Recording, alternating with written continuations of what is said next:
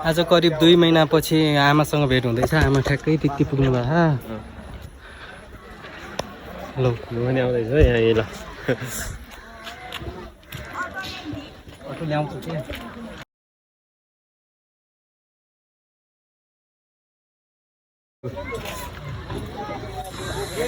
हो कस्तो भयो त यात्रा?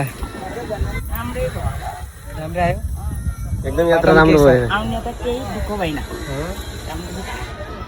बर्खा टाइममा पानी परे आउँदैन। कोही कोही बिग्रिएको बाटो अन्त राम्रै थियो।